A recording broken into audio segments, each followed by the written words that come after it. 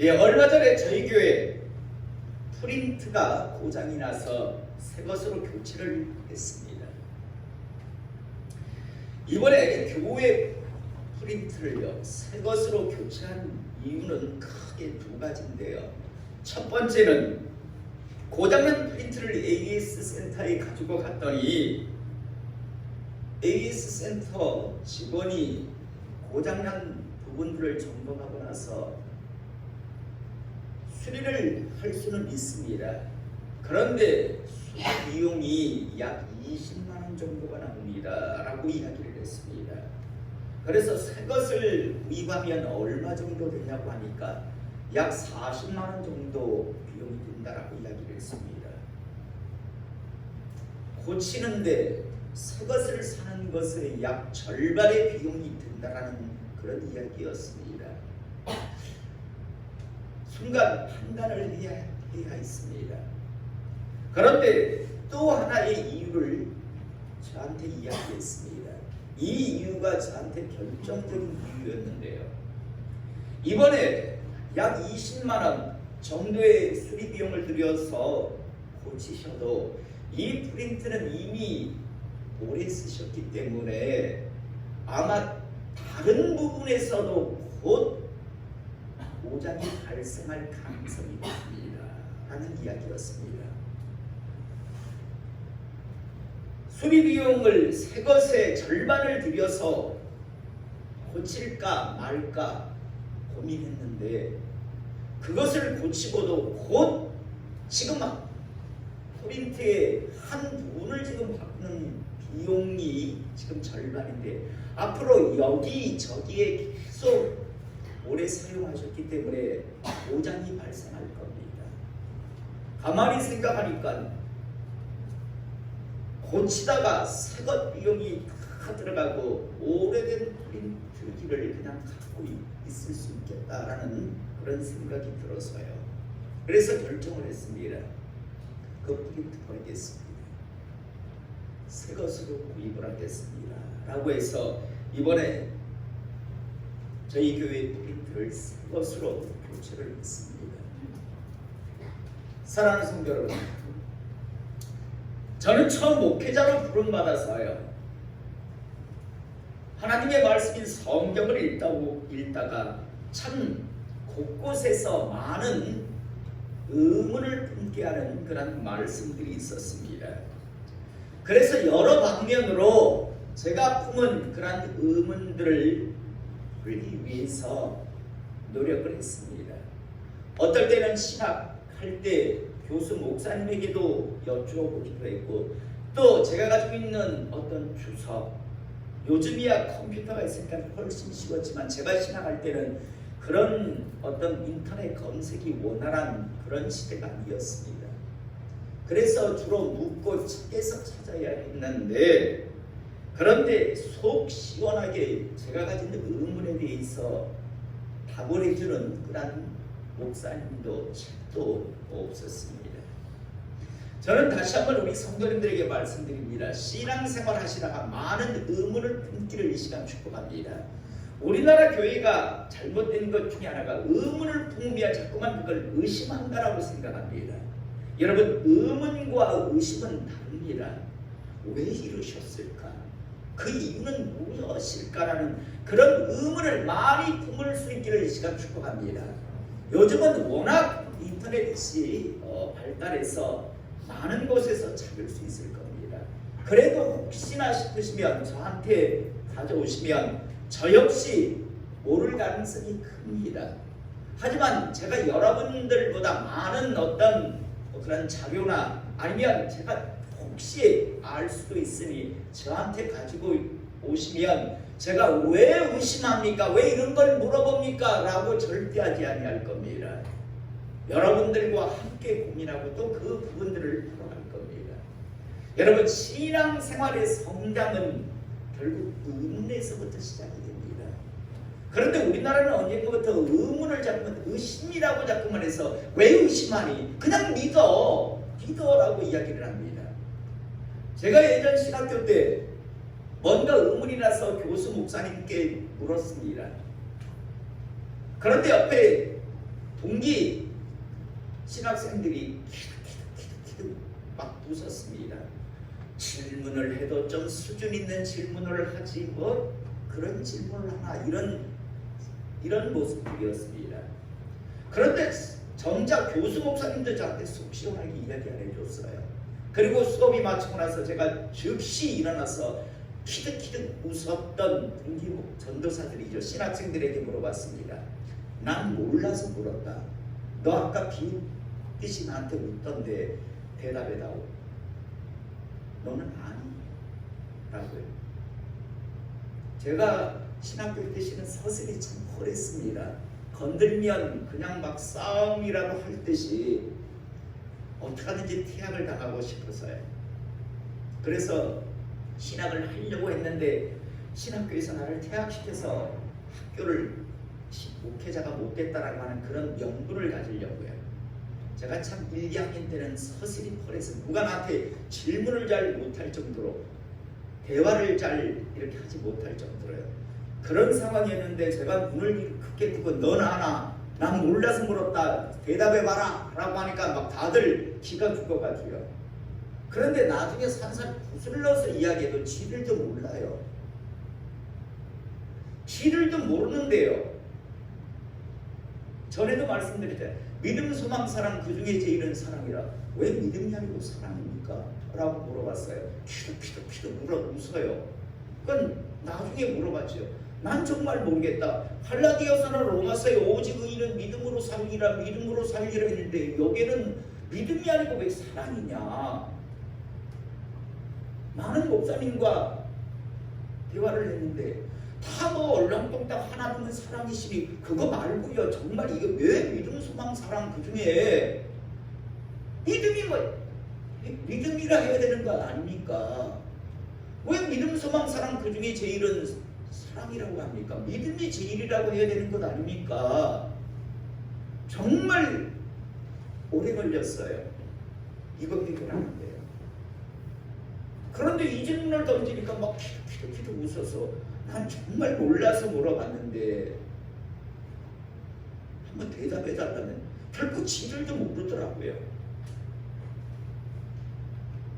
저는 다시 한번 우리 성도님들의 많은 의문을 품기를 이 시간 축복합니다.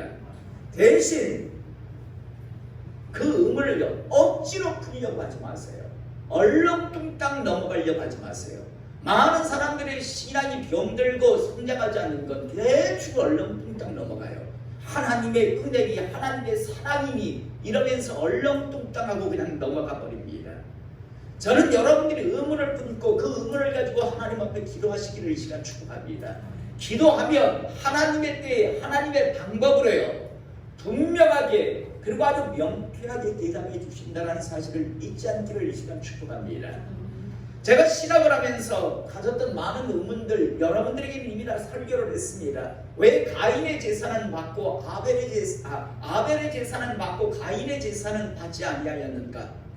뭐 여러 책을 보면 뭐 피의 제사를 드리지 아니하여서니 뭐 여러 이야기가 많아요. 이유는 나중에 간단한데요. 또 욥의 자식들 제가 전에도 말씀드렸잖아요. 욥의 자식들이 욥의 신앙을 보기 위해서 한 날 다 죽잖아요. 자기가 뭐 해본 것도 없이 그냥 지붕이 우르르 무너져서 죽고 했는데 욥의 입장에서야 나중에 자식을 배에다 놓잖아요. 그리고 하나님의 축복을 받아서 하는데 욥의 자식은 그냥 죽었잖아요. 억울하잖아요. 의문 가잖아요. 아버지 신앙 보기 위해서 정부야 네가 갑자기 심장하고 죽었어. 얼마나 너희 아버지가 신앙을 잘 지키는가를 아버지를 보시기 위해 아버지의 신앙을 위해서 넌 아무것도 한 게 없는데 지금 결혼도 해야 되고 대학도 가야 되고 이제 하고 싶은 게 많은데 하고 죽었어. 아버지 우리 모든 이야기는 이제 아버지 이야기를 하겠죠. 아버지가 이렇게 아들을 잃었지만 신앙을 지키고 믿음의 생활을 잘했으면 멋지게 끝날 수 있어요. 그런데 너 입장에서는 어때? 억울하잖아. 무슨 하나님이 이래? 이런 의문이 있었습니다. 그래서 제가 질문을 던져버렸네요. 욥 신앙 좋고 다 좋다고 치겠는데 욥의 아들은 억울하지 않습니까? 무슨 하나님이 그렇게 일하십니까? 라고 제가 질문을 던졌어요. 이 질문 역시도 많은 그때 동기 전도사들이 키득키득 웃게 하는 질문이었습니다. 그런데 한 명도 제대로 대답해 주는 사람 역시 없었습니다.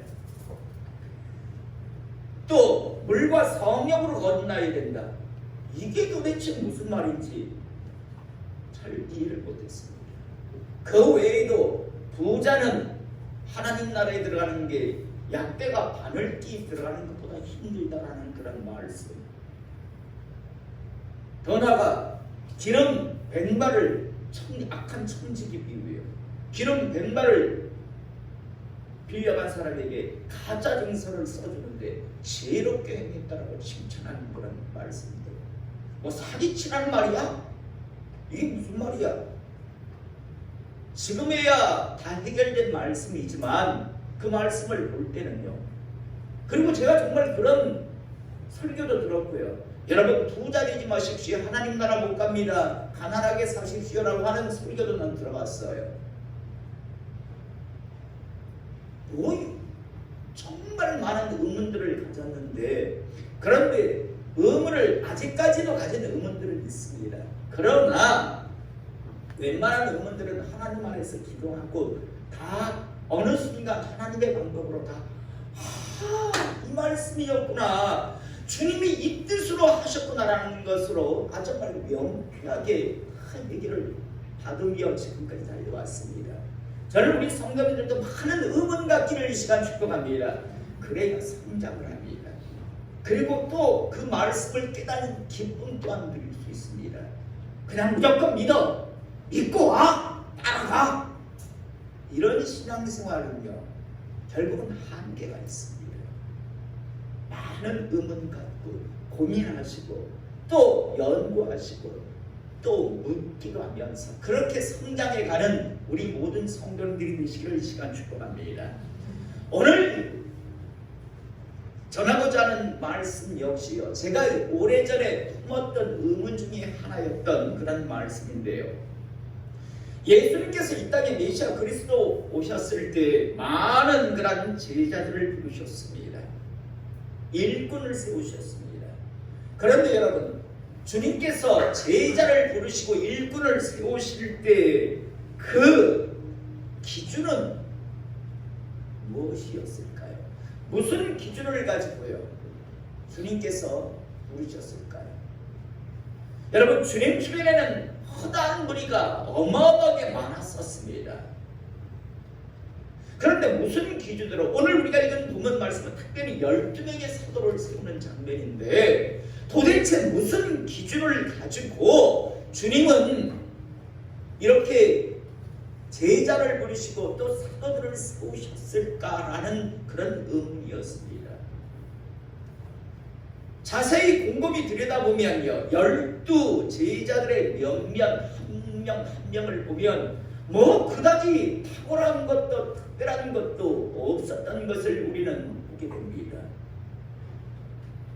우리가 잘 아는 수제자라고 불렸던 베드로라고 하는 사람요 베드로는 어떤 일을 처리함에 있어서 그다지 진중하지도 또 인격적으로 성숙된 사람도 분명 아니었습니다. 생각 없이 그냥 말을 해대고요 많이 좀 흔들리던 사람이 이 베드로였습니다. 저는 그래서 아마 하나님 주님께서 베드로의 이전 이름이 시몬이잖아요. 시몬에게 베드로라는 이름을 주셨거든요. 베드로라는 말은 페트로스라는 헬라어인데요 돌멩이란 말입니다. 어마어마한 간성이 아니라 돌멩이라는 뜻인데요 요만한 돌이라는 뜻입니다. 좀 돌같이 좀 요동치지 말고 좀 진중해라라는 아마 그런 의미가 아니었을까라는 생각도 저는 해봅니다. 뭐 그다지요 탁월함이 베드로에게는 없어요. 하나님의 말씀에 무슨 확실한 것도 또 다른 사람에 비해서 신앙과 믿음이 아주 열심히 있거나 대단한 것도 아니었습니다. 나아가 집안이 무슨 대대로 신앙의 가문, 믿음의 가문도 아니었습니다. 베드로는 일개 한 작은 어촌 마을의 어부일 뿐이었습니다. 그런데 왜 주님은 뭐 그렇게 성숙하지도 그렇게 탁월한 열심도 그렇다고 집안이 아니면 뭐 준비가 뭐 잘된 사람도 아닌데 왜 주님은 베드로를 부르셨을까라는 의문을 갖게 되었고요. 그 다음에 야고보와 요한 역시도 마찬가지죠. 이 형제 역시도 그냥 작은 마을에 베드로와 함께 동업을 하던 어부들입니다.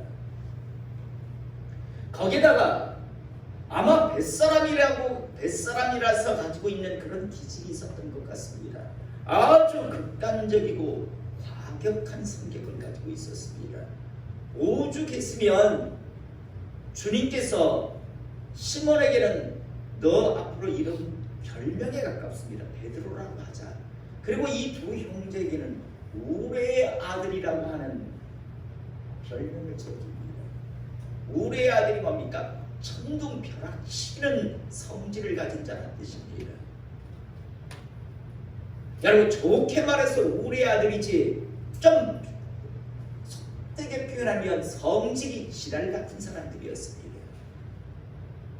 우리는 성경에 보면요 얼마나 과격하고 극단적인지를 볼 수 있는데요. 마가복음 9장 38절에 보면 요한이 예수께 여짜오되 선생님 우리를 따르지 않는 어떤 자가 주의 이름으로 귀신을 내쫓는 것을 우리가 보고 우리를 따르지 아니하므로 금하였나이다. 예수님의 이름으로 사역하는데 우리 아버 자기들과 함께 함께 가지 않는다라고 해서 야 너 하지마 하면 죽일 거야 가만 안 둘 거야 이랬다는 이야기를 하잖아요. 무슨 깡패도 아니고요. 또 누가복음 9장 51절에서 56절에 보면요 예수님께서 사마리아로 이제 가시는 도중에 한 마을에 들어갔더니 예루살렘으로 가는 도중에 사마리아라고 하는 북이스라엘의 수도잖아요. 그곳에 들어갔더니 사람들이 예수님을 갖다가요 이렇게 떠받쳐주지 않습니다. 대우를 해주지 않았습니다. 예수님 오셨습니까? 뭐 이런 걸 액션을 안 취해줘요. 왜? 그들은 이방인들이잖아요. 평소에 많이 압박을 받았던 핍박을 받았던 그런 사람들이다 보니까 그리고 예수에 대해서 잘 몰라요. 그런데 예수님을 갖다가 영접하지 않았다고 예수님께 뭐라고 이야기하는가 하면 주여 우리가 불을 명하여 하늘로 쫓아내려 저희를 멸하라 하시기를 원하시나이까. 그냥 우리 그런 기도하기 원하십니까? 그냥 벼락을 확 치고 불을 내려서 얘네들 이 마을을 그냥 쑥대밭 만들게 그렇게 하기를 원하십니까? 그렇게 할까요? 라고 지금 주님께 이야기합니다. 그러자 주님께서 꾸짖으셨다고 성경은 말씀하고 있습니다. 무슨 소리를 하느냐 너 지금 이 말씀을 하신 거죠. 야고보와 요한 가만히 들여다보면요 뭐 이런 것들이 있나 싶은 생각이 들 정도로 그렇게 탁월한 것도 그렇게 준비된 사람들도 아닙니다. 도마 역시도 마찬가지죠. 다른 사람들도 아니고 같은 믿음의 신앙의 공동체의 사람들이 예수님께서 부활하셨다라고 다들 이야기하는데 뭐라 이야기합니까? 니들이 뭐라 하든 난 내가 내 눈으로 확인하기 전까지는 난 못 믿는다. 여러분 이런 사람이요 믿음을 신앙을 갖는다는 건 참 힘든 사람이거든요. 또 마태라고 하는 사람 역시도요 그런 가버나움의 세리장이었잖아요. 요즘이야 뭐 세무공무원하면 대단한다라고 생각하지만 당시에는요 그 사람들과는 이 세리들과는요 사돈 관계를 맺는다라는 것, 친척이라고 하는 것을 부끄럽게 생각하던 수치스럽게 생각하던 시대가 바로 이 시대입니다. 왜냐하면 매국노라고 다들 이야기했거든요. 세리들은 많은 그런 민족의 고열을 빨아먹는 매국노라고 다들 지불이었습니다. 왜냐하면 로마 당국에 100만 원만, 가버나움에 100만 원만 이제 세금을 올리면 되면 지 마음대로 거둘 수 있었습니다.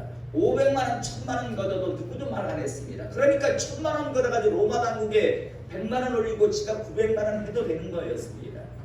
실질적으로 그런 자들이 많았습니다. 그래서 저 민족의 고열을 빨아먹는 내국노들, 그래서 세리는 여자의 제일 천한 직업은 창기였고요, 남자의 제일 천한 직업은 세리였습니다.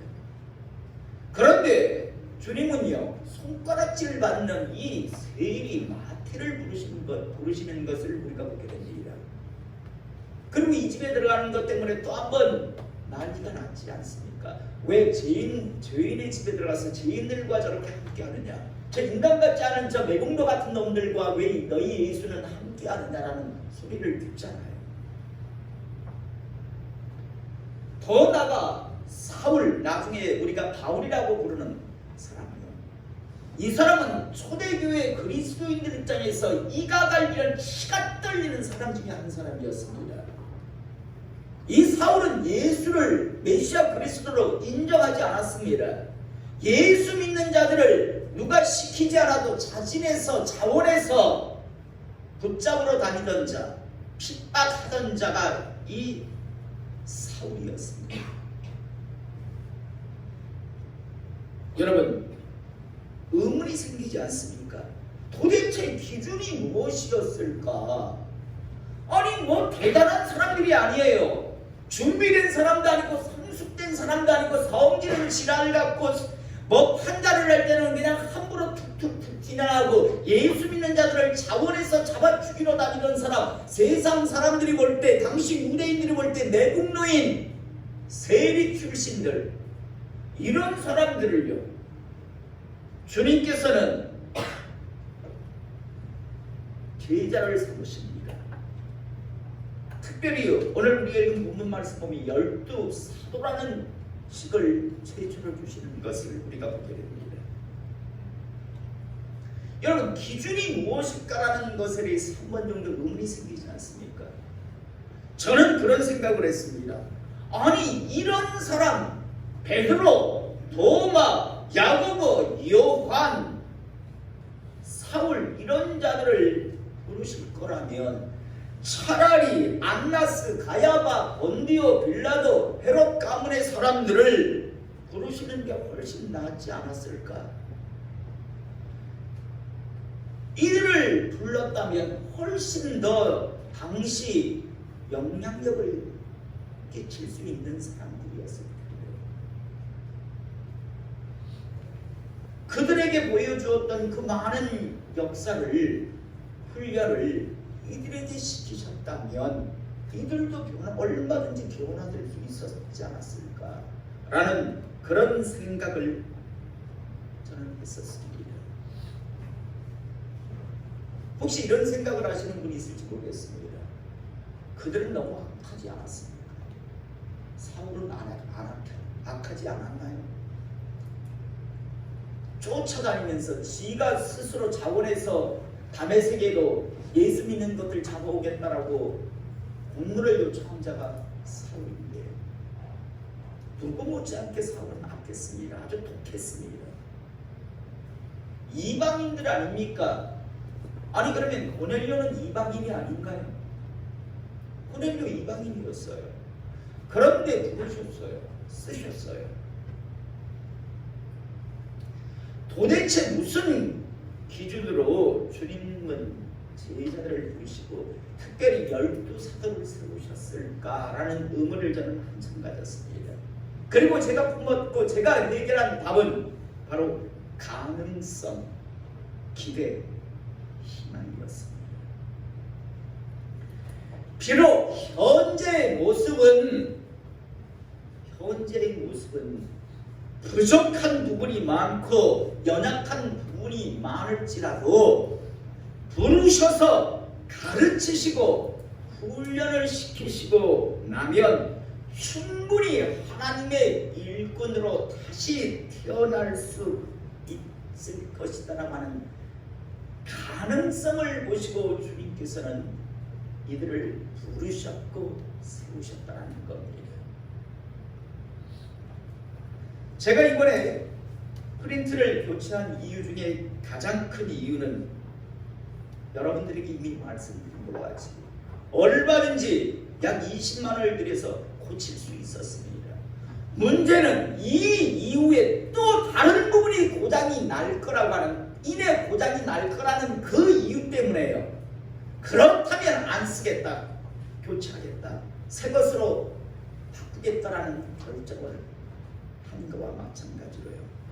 주님께서는요, 안나스, 가야바, 본디오, 빌라도, 헤롯 가문의 사람들을 판단하실 때 장차 가능성에서 기회와 희망 면에서 볼 때 불러 쓸 수 없는 사람들이었고, 베드로나 야고보, 요한 그 외의 사람들은 주님께서 보실 때 지금은 비록 연약하고 지금은 비록 여러 부분에서 훈련받아야 할 부분이 있지만 주님께서 가르치시고 또 훈련시키고 나면 참 멋지게 하나님의 사람으로서 일꾼으로서의 삶을 살 수 있겠다라는 그런 가능성을 보시고 기대와 희망을 거시고 주님은 부르셨다는 겁니다.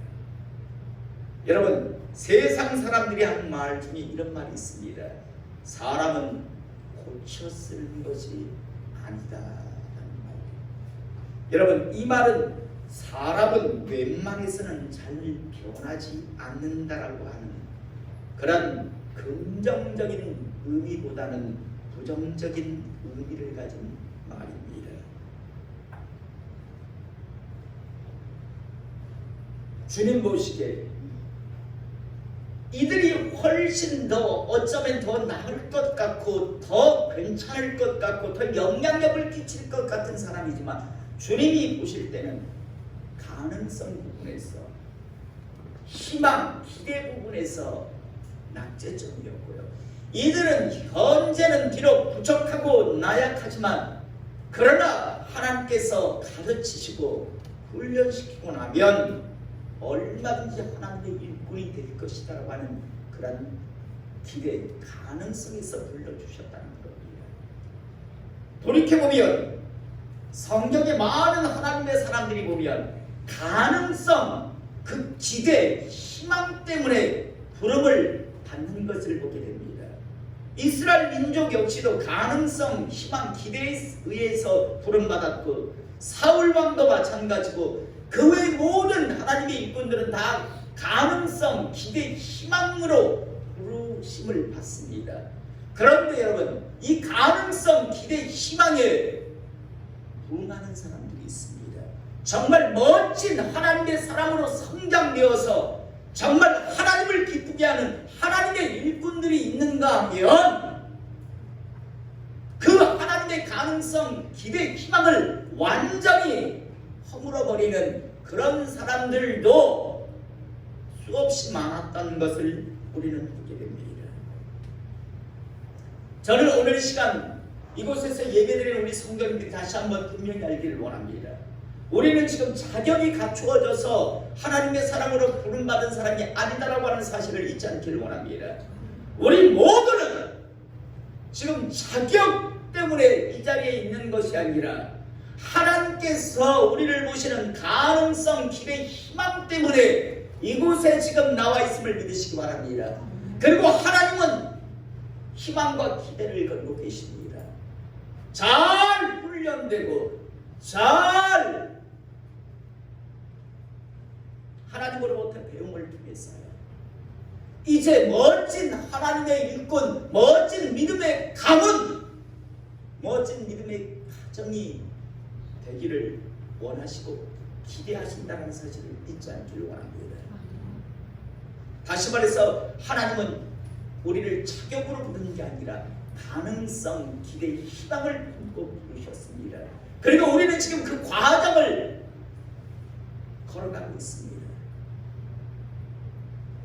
저는 다시 한번 언젠가 주님께서 우리 모두를 확인해 보실 때 참 잘 준비되어 있음을 통해서 주님께서 참 내가 잘 불렀다, 참 내가 희망과 기대를 걸었더니 참 좋은 열매가 맺었구나라는 그런 칭찬을 받는, 주님을 기쁘시게 하는 하나님의 사람 되시기를 이 시간 축복합니다.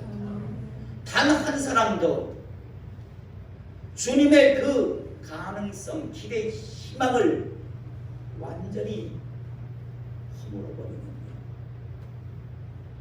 그런 사람이 되지 않기를 축복합니다. 오늘 우리가 이 본문 말씀 보십시오.